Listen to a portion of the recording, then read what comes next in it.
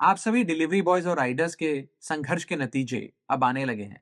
और good news ये है कि केंद्र सरकार की मिनिस्ट्री ऑफ लेबर ने आप सबके लिए ड्राफ्ट सोशल सिक्योरिटी रूल्स अब जारी कर दिए हैं। ये रूल्स आप सबकी सोशल सिक्योरिटी को सुनिश्चित करने में मील का पत्थर साबित होंगे। मैं केंद्र सरकार की इस पहल का स्वागत करता हूं। और ये सिर्फ इसलिए नहीं हुआ क्योंकि बतौर सांसद मैंने आपका मुद्दा संसद में उठाया। ये इसलिए भी हुआ क्योंकि आप सब ने अपनी आवाज बुलंद करी। शायद इन प्लेटफॉर्म्स ने, कंपनीज ने आपकी आवाज नहीं सुनी, लेकिन सरकार ने सुनी, जिसका स्वागत होना चाहिए। ये रूल्स आपकी जिंदगी को कैसे बेहतर करने जा रहे हैं, मैं सरल भाषा में आपको समझाना चाहता हूं। पहली चीज, आपको कानून की आंखों में अब रिकॉग्नाइज किया जाएगा, आपको पहचान दी जाएगी। अब ये कंपनियां आपको इंडिपेंडेंट कॉन्ट्रैक्टर कह के, पार्ट टाइमर कह के या मिसक्रिएंट कह के आपसे पल्ला नहीं झाड़ सकती। आपको बतौर वर्कर एक पहचान मिलेगी। दूसरी चीज, यदि आप किसी एक प्लेटफॉर्म के साथ साल में 90 दिन या एक से ज्यादा प्लेटफॉर्म्स के साथ साल में 120 दिन काम करते हैं, तो आप सोशल सिक्योरिटी के हकदार हो जाएंगे, एलिजिबल हो जाएंगे। तीसरी चीज जो होने जा रही है वो ये है कि आपका अब पंजीकरण होगा, रजिस्ट्रेशन होगा, और सरकारी पोर्टल पर होगा, जिसके चलते आपको एक यूनिवर्सल अकाउंट नंबर मिलेगा और एक डिजिटल आईडी कार्ड मिलेगा, आपको एक सरकारी पहचान मिलेगी।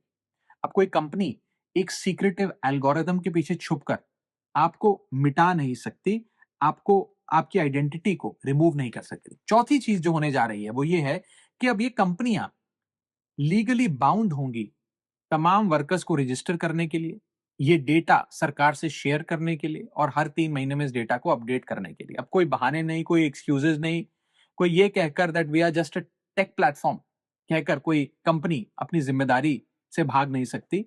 और अब आपको एक पहचान मिलेगी, जिसके चलते पांचवी चीज जो होने जा रही है वो ये है कि आप सबके लिए एक सोशल सिक्योरिटी फंड बनाया जा रहा है। ये सोशल सिक्योरिटी फंड में कंपनियां, ये प्लेटफॉर्म्स जो हैं, इनको अपनी आमदनी का एक परसेंटेज उसमें जमा करना होगा और ये फंड आपकी सामाजिक सुरक्षा पे खर्च होगा। ये कोई चैरिटी नहीं है, ये कोई सीएसआर नहीं है, ये कोई बहाना नहीं है। ये एक स्टैट्यूटरी रिक्वायरमेंट है, कानूनी जिम्मेदारी। और छठी और आखिरी चीज जो होने जा रही है वो ये है कि आप सबके लिए एक नेशनल सोशल सिक्योरिटी बोर्ड बनने जा रहा है, जो आपके वेलफेयर के लिए, कल्याण के लिए स्कीम्स बनाएगा, आपकी परेशानियां सुनेगा और एक एक्सपर्ट कमेटी इन तमाम चीजों पर अध्ययन करेगी। ये जब 6 चीजें होती हैं तो ये दरवाजा खोल देती हैं आपकी सोशल सिक्योरिटी के लिए। सोशल सिक्योरिटी जैसे आपकी accident insurance, health insurance, life insurance, minimum wages, maternity और हेल्थ बेनिफिट्स, पेंशन और ओल्ड एज बेनिफिट्स, और साथ ही साथ ऑक्यूपेशनल सेफ्टी नॉर्म्स। यानी कि आप सबको अब एक इंस्टीट्यूशनल रिकॉग्निशन मिलने जा रहा है। मैं आप सबको invisible wheels of the Indian economy कहता हूं, लेकिन ये प्लेटफॉर्म्स, ये कंपनियां शायद आपको मिसक्रिएंट्स कहती है, उपद्रवी कहती है। और जब मैंने आप सबकी आवाज उठाई तो इन प्लेटफॉर्म्स में, कंपनीज में बैठे कुछ लोगों ने मुझ पर पर्सनल अटैक्स करे, मेरे परिवार पर निजी हमले करे। मैं कहना चाहता हूं कि मैं इन हमलों से डरकर भागने वाला नहीं हूं। मैं अंतिम सांस तक गिग वर्कर्स के अधिकार की लड़ाई को लड़ूंगा।